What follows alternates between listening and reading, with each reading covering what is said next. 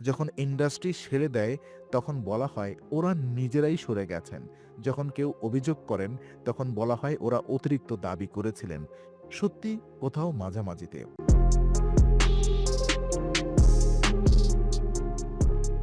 ২০০৩ সাল, একটা মেয়ে পর্দায় এলো। কালো চুল, গভীর চোখ, আগুনের মতো উপস্থিতি। রাজ ছবিতে তাকে দেখে গোটা দেশ থমকে গেল। সেই মেয়ে বিপাশা বসু। তখন কেউ ভাবেনি এই নামটা একদিন ট্রেন্ডিং হবে। কোথায় হারিয়ে গেলেন শিরোনামে? পিক ক্যারিয়ারে, যখন তিনি ধুম 2তে হৃত্বিক রোশনের পাশে ছিলেন, যখন তার পোস্টার কোটি কোটি দেওয়ালে ঝুলত, তখন কেউ কল্পনাও করেনি যে মাত্র কয়েক বছরের মধ্যে বলিউডের মেইন স্ট্রিম থেকে তার নামটা প্রায় মুছে যাবে। প্রশ্ন একটাই, বলিউড কি তাকে ছেড়ে দিয়েছিল, নাকি গল্পটা সম্পূর্ণ অন্যরকম? আজকের দ্য টাইম ওরাকলে আমরা সেই সত্যিটা খুঁজব, যেটা অনেকেই বলতে চায় না। তো বিপাশার উত্থান। বিপাশা বসুর গল্প শুরু হয় কলকাতায়।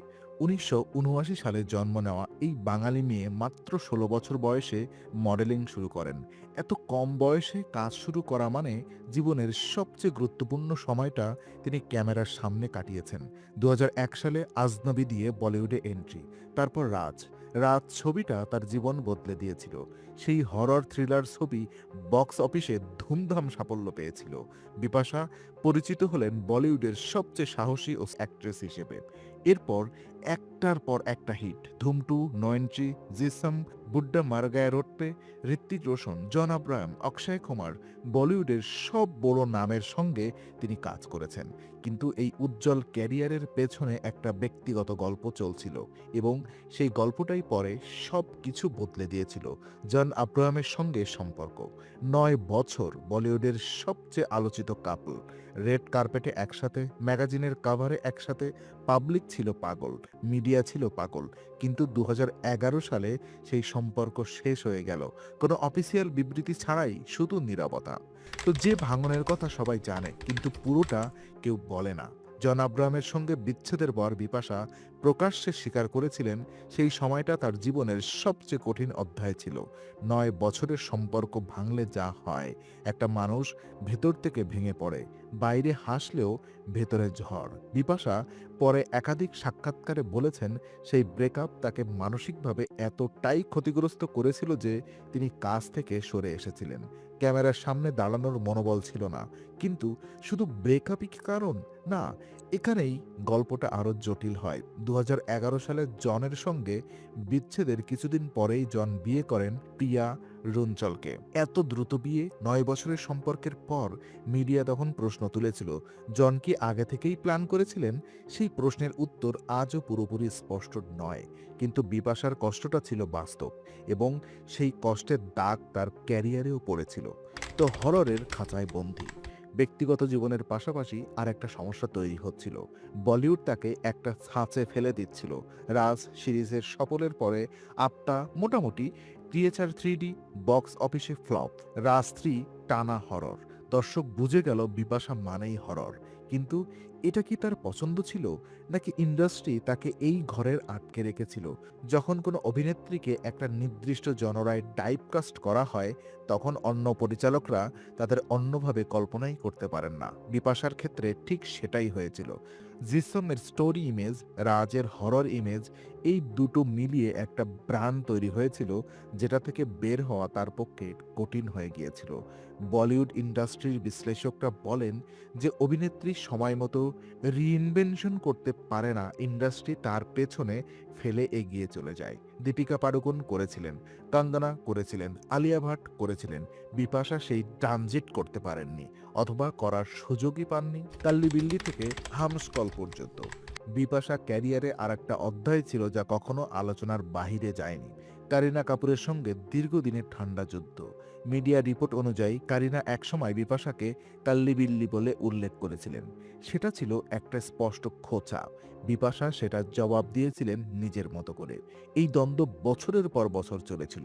বলিউডে এই ধরনের ইন্ডাস্ট্রি ইন্টারনাল শত্রুতা অনেক সময় কাজের সুযোগে প্রভাব ফেলে, এটা ওপেন সিক্রেট। এরপর এলো ২০১৪ সালে হামসকলস। সাজিদ খানের এই ছবিতে কাজ করার অভিজ্ঞতা নিয়ে বিপাশা পরে বেশ নেতিবাচক কথা বলেছিলেন। সেটেই নাকি পরিবেশ ভালো ছিল না, ছবি ফ্লপও হয়েছিল। এইসব ঘটনা মিলিয়ে ইন্ডাস্ট্রিতে তার ইমেজ নিয়ে একটা প্রশ্নচিহ্ন তৈরি হয়েছিল। এবং বলিউড যেটা সবসময় করে, যখন কেউ কঠিন বলে পরিচিত হন তখন বড় প্রজেক্টে তাদের এড়িয়ে চলা শুরু হয়। 2016 সালে বিপাশা বিয়ে করলেন করণ সিং গ্রোভারকে। প্রেমের বিয়ে, দুজনেই বললেন এটা সত্যিকারের ভালোবাসা। কিন্তু এই বিয়ের পর থেকে একটা গুঞ্জন ইন্ডাস্ট্রিতে ছড়িয়ে পড়তে শুরু করলো। বিপাশা নাকি শর্ত দিয়ে শুরু করেছেন যে তার সঙ্গে করণকে কাস্ট করতে হবে। এই তথাকথিত হাজব্যান্ড ক্লজের কারণে নাকি অনেক বড় প্রজেক্ট তার হাতছাড়া হয়ে গেছে। এর সত্যতা কতটুকু? বিপাশা সরাসরি এটা অস্বীকার করেননি, কিন্তু নিশ্চিত করেননি।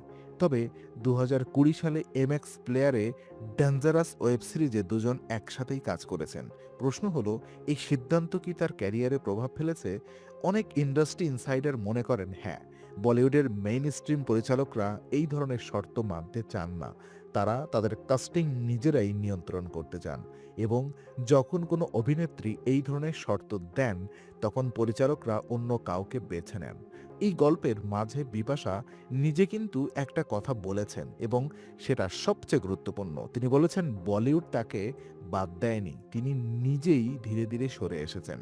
তার ভাষায় তিনি লেজি হয়ে গিয়েছিলেন নতুন অফার নেওয়ার ক্ষেত্রে। ছোটবেলা থেকে কাজ করেছেন, 16 বছর থেকে সারাটা যৌবন ক্যামেরার সামনে। বিয়ের পর তিনি চেয়েছিলেন একটু নিঃশ্বাস নিতে, জীবনটা উপভোগ করতে, এবং 2022 সালে তারা একটি কন্যা সন্তানের মা বাবা হন।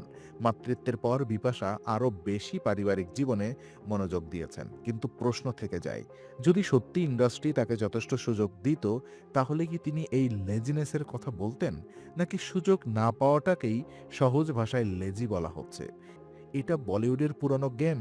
যখন ইন্ডাস্ট্রি ছেড়ে দেয় তখন বলা হয় ওরা নিজেরাই সরে গেছেন। যখন কেউ অভিযোগ করেন তখন বলা হয় ওরা অতিরিক্ত দাবি করেছিলেন। সত্যি কোথাও মাঝামাঝিতে। তো বিপাশা বসু ব্যর্থ হননি, বলিউড তাকে ব্যর্থ করিয়েছিলেন কিনা সেটাও পরিষ্কার নয়।